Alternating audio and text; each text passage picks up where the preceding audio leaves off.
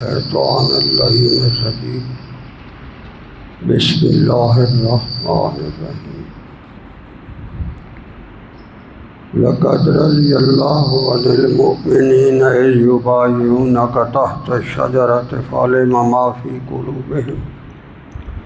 فانزل السکینۃ علیہم واصابہم فتحا قریبا ومغانم کثیرۃ یأخذونها وکان اللہ عزیزا حکیما اللہم سبحانک لا علم لنا الا ما علمتنا انک انت العلیم الحکیم رب اشرح لی صدری ویسر لی امری واحلل عقدۃ من لسانی یفقہوا قولی رب زدنی علما یا رب صل وسلم دائما ابدا علی حبیبک خیر الخلق کلہم۔ واجب الاحترام معزز حاضرین و ناظرین کرام، قرآن کریم کے اندر اللہ تبارک و تعالیٰ کا انسانیت کے لیے پیغام، اور اس کے اندر اللہ تبارک و تعالیٰ کی طرف سے جو کچھ بھی فرمان وہ سارے کا سارا حق ہے۔ اس کے حق ہونے پر ایمان لانا ایمان بالقرآن کا حصہ ہے۔ اگر قرآن کریم کے بارے میں کسی لمحہ، کسی آن، کسی وقت دل کے اندر یہ ریب پیدا ہو جائے، شک پڑ جائے، اس کی حاکمیت اور اللہ تبارک و تعالیٰ کی طرف سے انسان کے لیے جو کچھ اس نے اپنے پاک کلام میں نازل فرمایا ہے،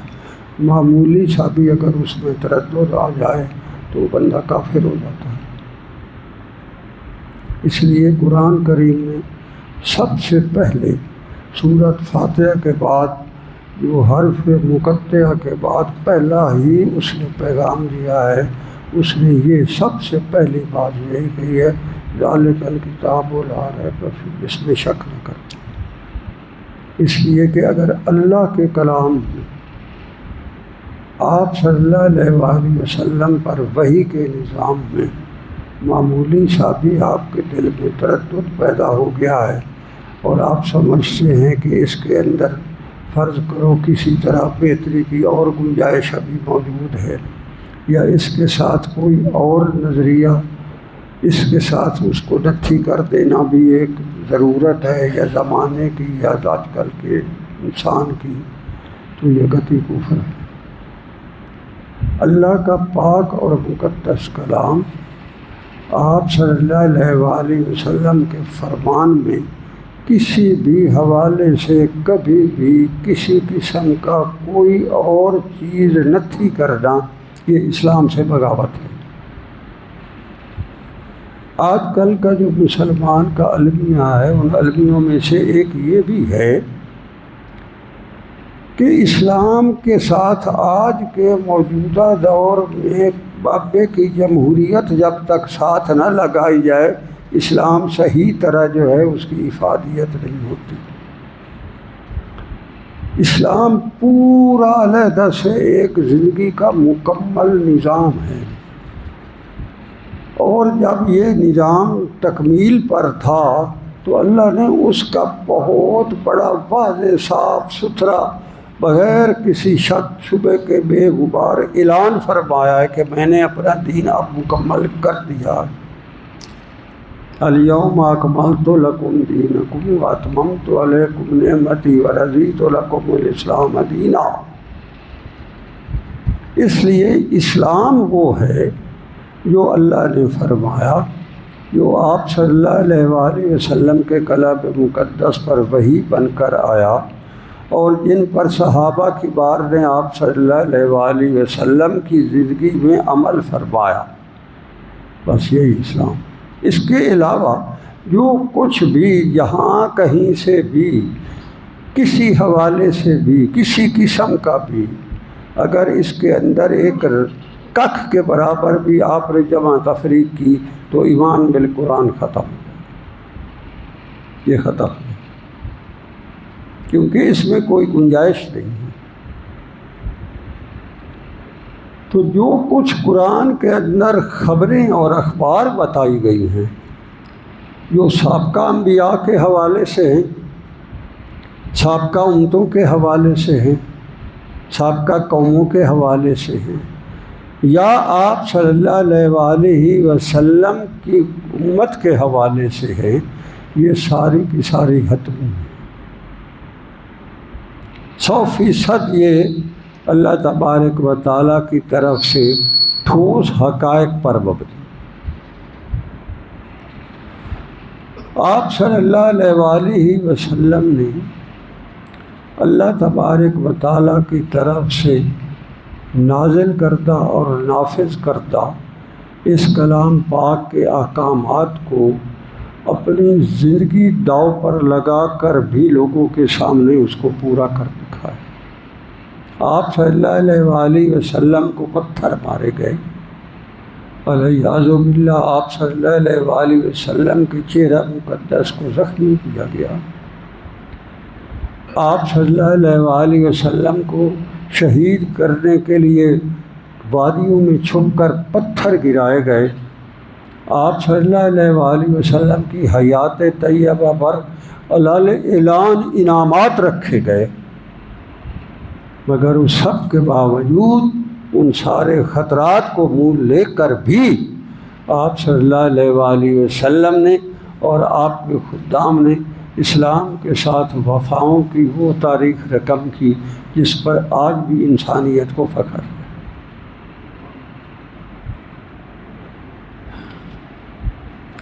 اللہ تبارک و تعالی انسان کے بارے میں وہ کچھ جانتا ہے جو خود انسان اپنے بارے میں نہیں جانتا۔ مثال کے طور پر ہمیں نہیں پتہ کہ ہم اگلے سال کیا کریں گے، سکیمیں تو ہم بناتے رہتے ہیں، سوچ بچار بھی کرتے رہتے ہیں، اگلے سال کی پلاننگ بھی ہم کرتے رہتے ہیں، مگر ہمیں نہیں پتہ کہ ہم یہ کر پائیں گے یا نہیں کر پائیں گے، ہمیں نہیں پتہ کہ اس وقت تک ہم زندہ رہیں گے یا نہیں رہیں گے، ہمیں نہیں پتہ کہ اس وقت تک حالات ہمارے اس سکیم یا پروگرام کو کرنے کی اجازت دیں گے یا ہم نہیں کر سکیں گے، مگر رب کائنات کو پتہ ہے کہ جب سے تو جہان میں آیا ہے اور جب تک تو اس جہان میں رہے گا تو نے کیا کرنا ہے، اس کو سارا پتہ۔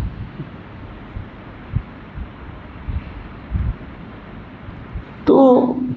آپ صلی اللہ علیہ وآلہ وسلم کی حیات طیبہ میں نبوت کے فرائض کی ادائیگی کے دوران بہت سارے نشیب و فراز آئے، زمانے نے بڑے بڑے تغیرات دیکھے، آپ صلی اللہ علیہ وآلہ وسلم کو مسائل درپیش آئے، آپ صلی اللہ علیہ وآلہ وسلم ان سے بہت ہی خوبصورت طریقے پر عہدہ برا ہو پائے، اور آپ کے خدام نے آپ صلی اللہ علیہ وآلہ وسلم کے ساتھ ہر مرحلے میں، ہر موقع پر، ہر حوالے سے، ہر جگہ، ہر آن وفاؤں کی وہ تاریخ رقم کی کہ اللہ تبارک و تعالیٰ کو قرآن میں ان کی وفاؤں کے نتیجے میں ابدی رضا کے اعلان قرآن میں کرنے پڑے،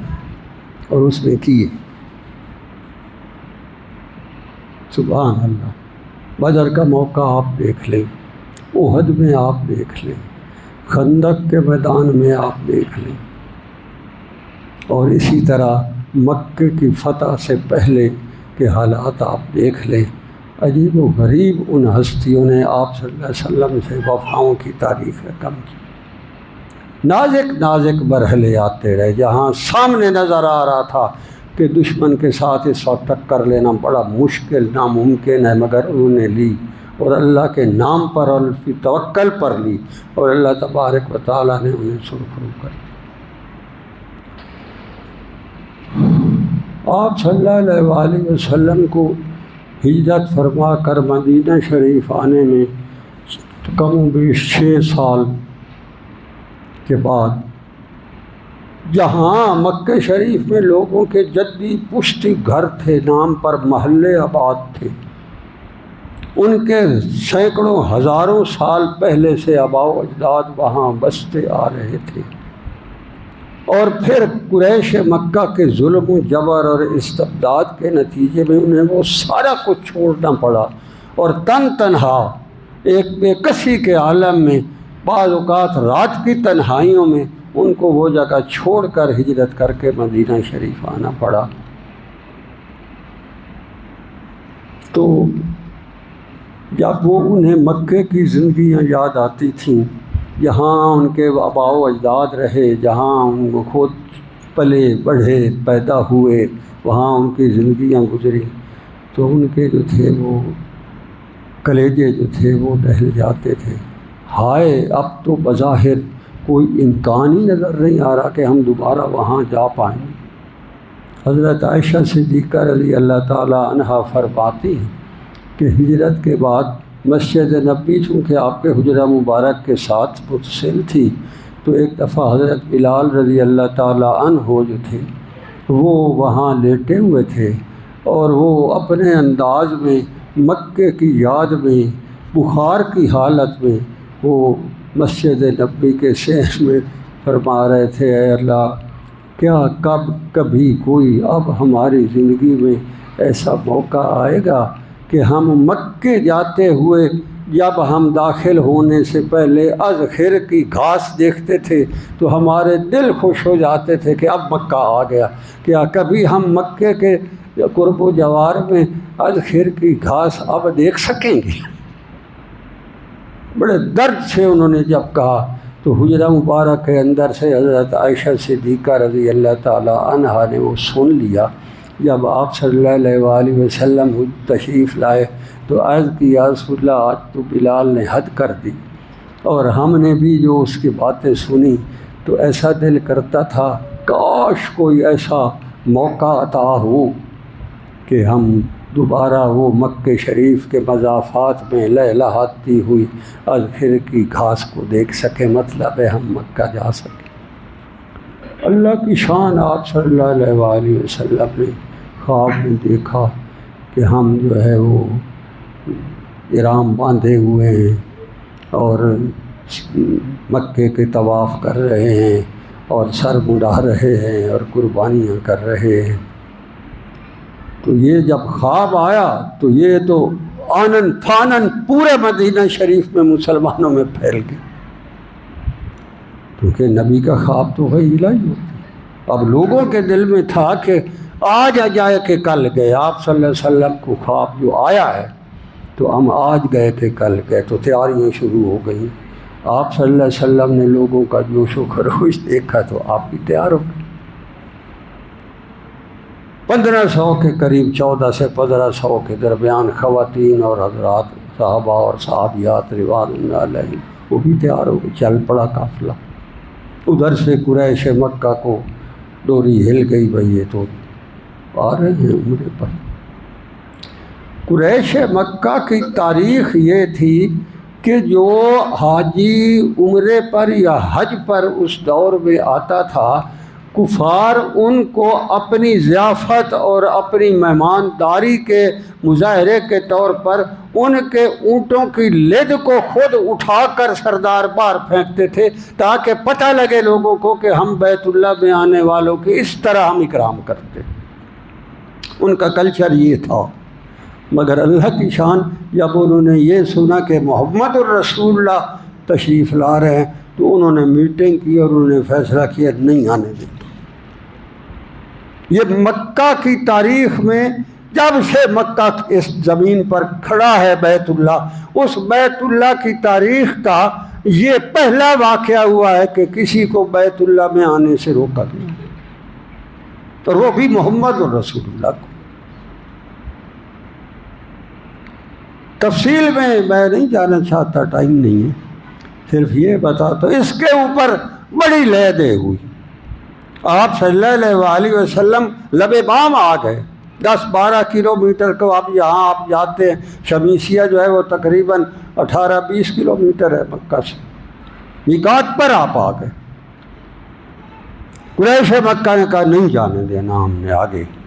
خالد بن ولید جو ابھی مسلمان نہیں، 200 گھوڑوں پر سواروں پر مشتمل تیر انداز اور بڑے بڑے تلوار زن لے کر غراء الغمیم کی ایک آبادی ہے وہاں آ کر وہ ڈپرائے ہو گئے۔ انہوں نے کہا میں نے حملہ کر دینا، نہیں کرنے دینا میں نے۔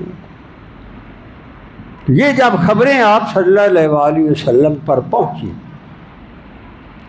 تو آپ صلی اللہ علیہ وسلم نے غور فرمایا، اس پر مشورہ ہوا۔ آپ نے ان کو پیغام بھیجا کہ دیکھو ہم تو احرام باندھے ہوئے ہیں، اور تلواریں تو لباس کا حصہ ہوتی تھیں اس دور میں، وہ ہمارے پاس کوئی ہم نہ ہتھیار لائے ہیں، نہ ہم کوئی نیزہ، نہ کوئی بالا، نہ کوئی زرہ، نہ کوئی اور چیز،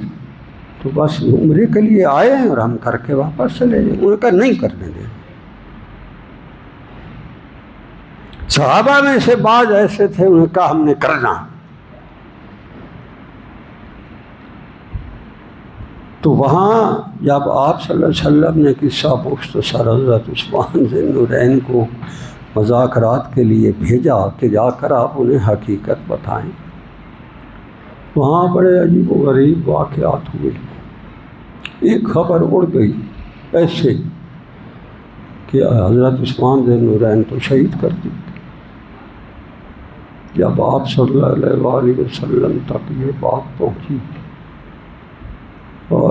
کہ وہ بندہ شہید ہو گیا ہے جس کے بارے میں اللہ تبارک و تعالیٰ کے عرش پر جو ساکنان عرش ہیں جو وہ بھی اس کا حیا کرتے ہیں، یہ بھی حدیث متواترہ ہے۔ آپ صلی اللہ علیہ وسلم، حضرت عائشہ صدیقہ رضی اللہ عنہ فرماتی ہیں حجرے میں موجود تھے، میرے ابو آئے تو آپ صلی اللہ علیہ وسلم اسی طرح لیٹے رہے جیسے پہلے تھے، گوٹھ لگائے۔ حضرت عمر بن خطاب رضی اللہ عنہ اس کے بعد آئے، اسی طرح آپ رہے۔ تھوڑی دیر کے بعد جب حضرت عثمان رضی اللہ تعالیٰ عنہ نے اطلاع دی، آنے کی اجازت مانگی، تو پہلے آپ صلی اللہ علیہ وسلم اٹھے، اپنا جسم مبارک پر چادر کو جوڑا، تھوڑا سا نیچے کیا، اس کے بعد سیدھے بیٹھ گئے، پھر فرمایا اب آؤ۔ حضرت عائشہ صدیقہ رضی اللہ عنہ وہ دیکھ رہی تھی، تو جب یہ چلے گئے تو آپ صلی اللہ علیہ وسلم سے عرض کی یا رسول اللہ میرے ابو آئے تو آپ اسی طرح تشریف فرما رہے، حضرت حفصہ کے ابو آئے تب بھی آپ اسی طرح تشریف فرما رہے، جب حضرت عثمان رضی اللہ عنہ آئے تو آپ پہلے تیار ہوئے، آپ نے اپنا چادر مبارک ٹھیک کی، لباس درست کیا، اس کے بعد آپ اٹھ کر بیٹھ گئے اور پھر انہیں اجازت دی، یہ کیسے کیوں ہوا؟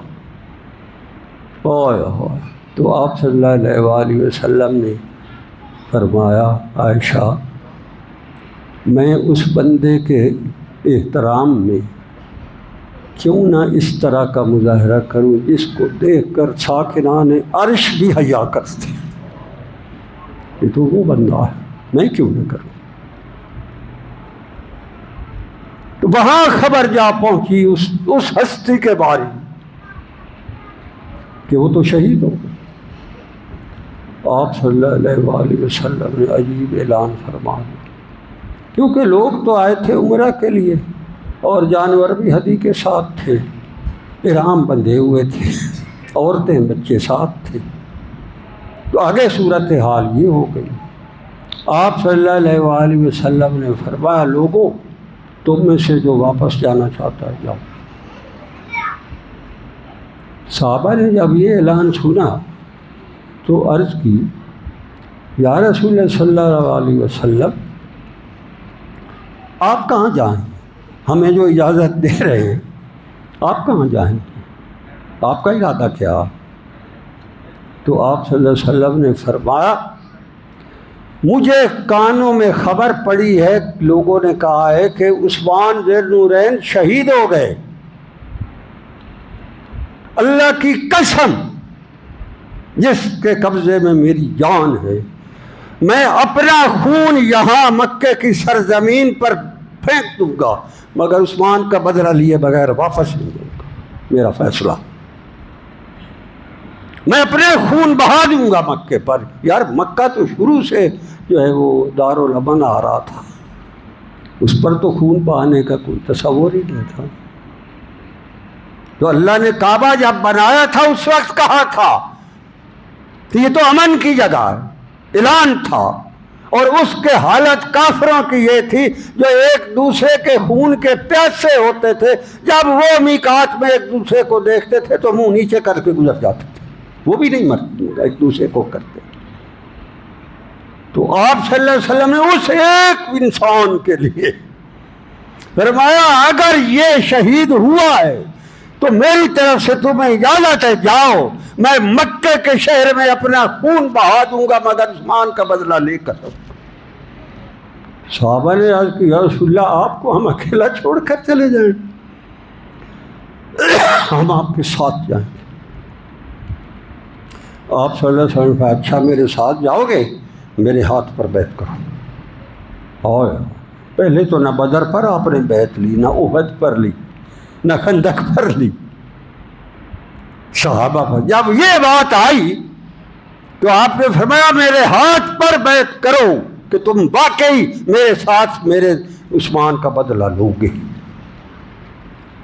صحابہ نے کھڑے ہو، حضرت عمر بن عقو رضی اللہ عنہ فرماتے ہیں کہ میں نے دیکھا جب آپ صلی اللہ علیہ وسلم نے اپنا دست مبارک آگے کیا بیعت کے لیے تو 2 3 4 10 20 تو گزر گئے، تو 1500 تھے، تو آپ کا بازو مبارک تو تھک گیا تھا، تو میں نے آپ کے کون مبارک کے نیچے اپنا ہاتھ دے لیا تاکہ تھکے مت۔ تو اس لیے جو آدمی آتا تھا جس کے لیے آپ بیعت لیتے تھے اور وہ بیعت کرتا تھا، جو الفاظ وہ دہراتا تھا میں بھی ساتھ دہراتا تھا، میں وہ بندہ ہوں جس نے 1500 دفعہ بیعت کی ہے، یہ وہ واحد بندہ۔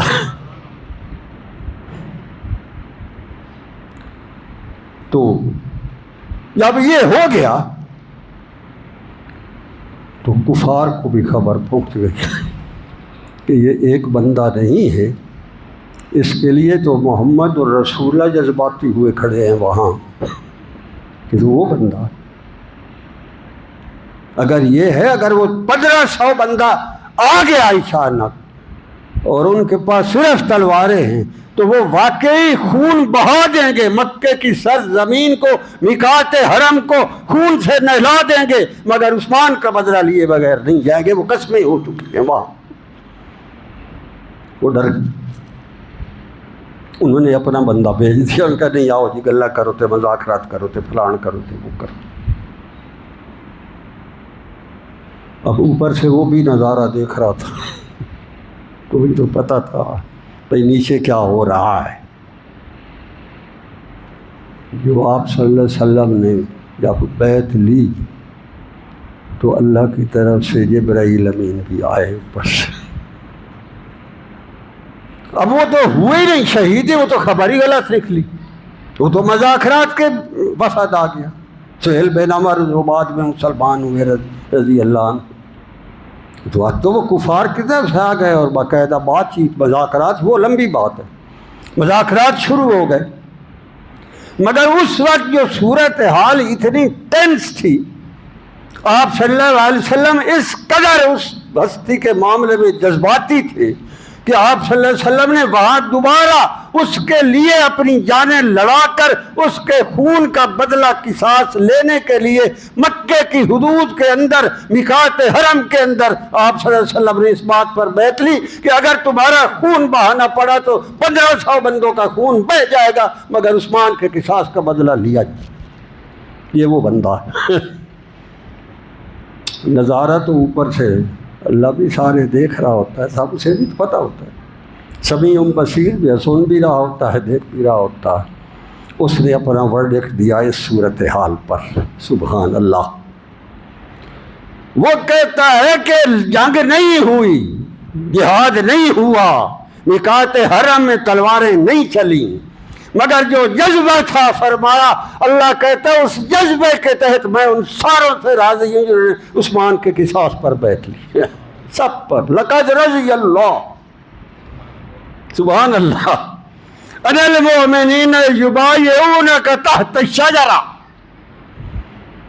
جو اس ٹنڈ منڈ درخت کے نیچے عثمان کے حال لیے بیعت لے رہے تھے، بیعت کر رہے تھے. میں محمد و رسول اللہ اعلان کر دو 1500 پہ راضی ہوں، ہمیشہ کے لیے راضی.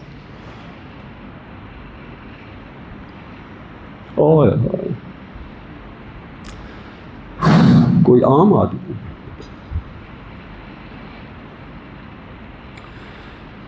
ایک اور جگہ قرآن اس کی نظارہ کشی فرماتا ہے، ان الذین یبایعونک انما یبایعون اللہ. ایک اور جگہ اسی صورت میں قرآن فرماتا ہے کہ میرے محمد یہ اعلان کرو، میری طرف سے یہ حکم جاری کرو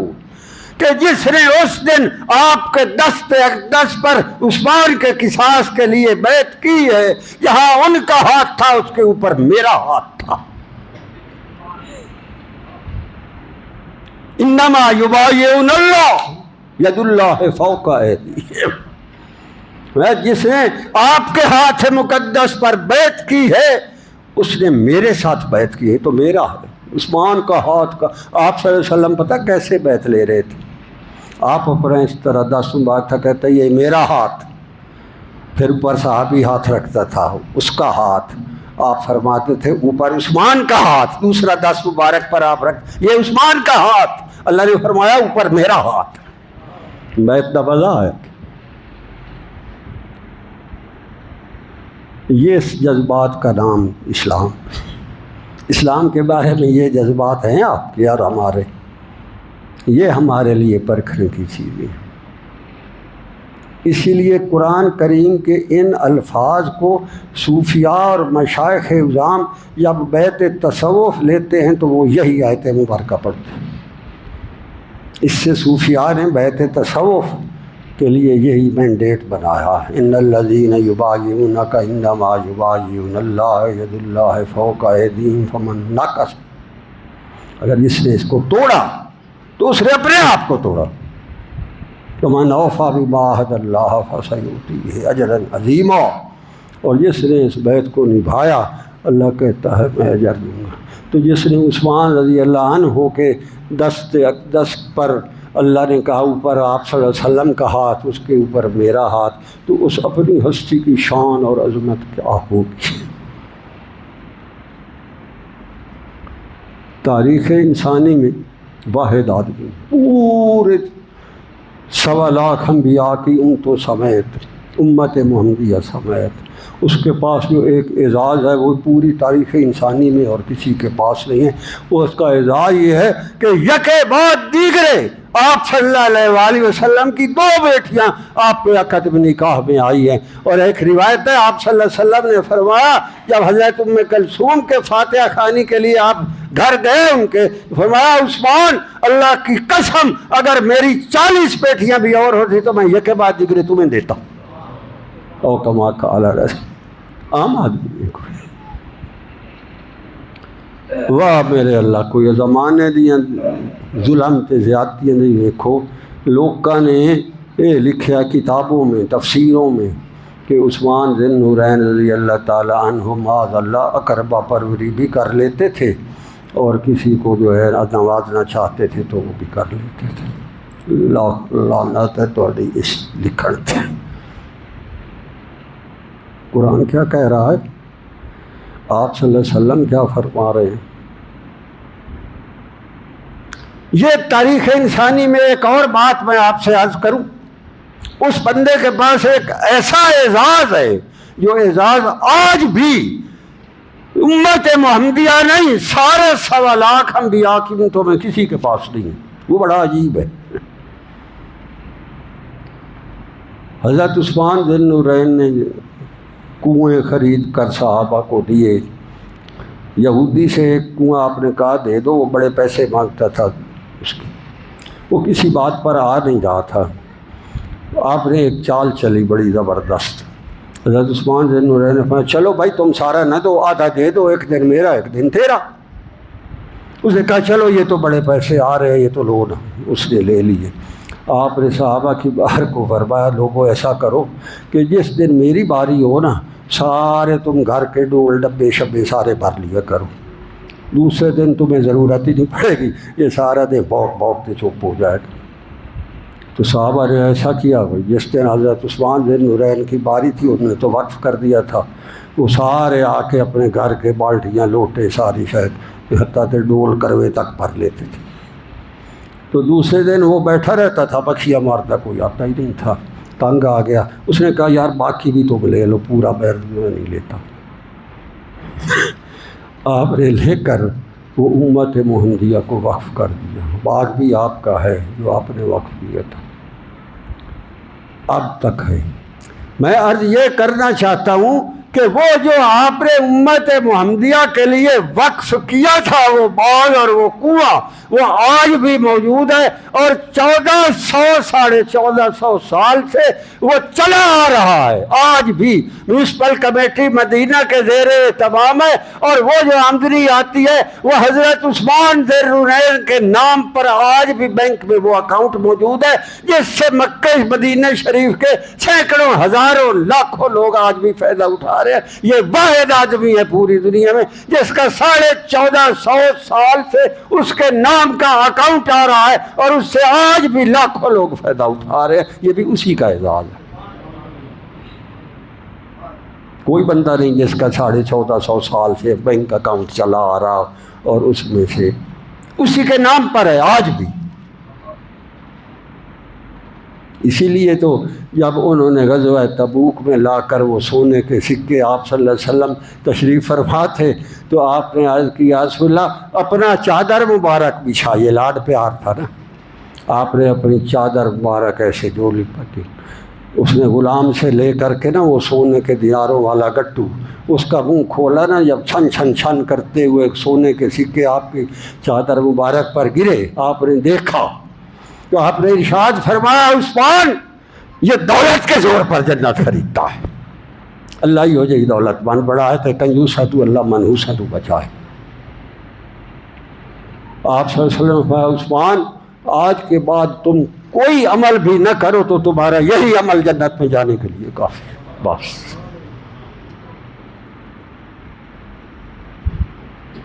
اللہ نے پتہ کیا وعدہ کیا، جب صرف رضا کا مطلب یہ کاغذی رضا نہیں ہے، فرمایا میں تمہیں ایسے غنائم دوں گا کہ جو جو صحابی اس نے آج بیعت کی ہے میں اس کے گھر کے اندر غربت نکال کے امیری ڈال دوں۔ یہ وعدہ ہے قرآن کا، یہی اگلا ہے۔ مغانم کثیرۃ، صحابہ کہتے ہیں وہ بیعت کیا تھی عثمان ذی النورین کے اس نام کی برکت سے اللہ نے ہمارے لیے خزانے کھول دیے۔ جب آپ واپس آئے تو غزوہ خیبر ہوا، یہودیوں کے جو غنائم تھے صحابہ کہتے ہیں اس کے بعد ہمیں بھول ہی گیا کہ ہم کبھی غریب بھی تھے۔ اسلام وہ غریبی کٹڑی نہ تاں اسلام کو لو غریبی کٹواؤ گے، اور چوڑے چمارا کو لو نہ کٹواؤ، یہ نقل کش ہے، یہ تو کھربوں کھا گئے اور آپ بھی ہڑپ ہڑپ کرتے پھر رہے، ان کو لعنت بھیجو۔ ارے اللہ کے حضور آؤ، عثمان ذی النورین کی سیرت اپناؤ، محمد رسول اللہ کی رضا کو پاؤ اور اللہ کے انعامات سے جھولیاں بھرو۔ مختصر عرض یہی ہے، اللہ کریم ہمیں ان ہستیوں کے نقوش کف پا کا راہی بنائے، ہماری سوچوں کے دھاروں کو صحیح طرف لے جائے،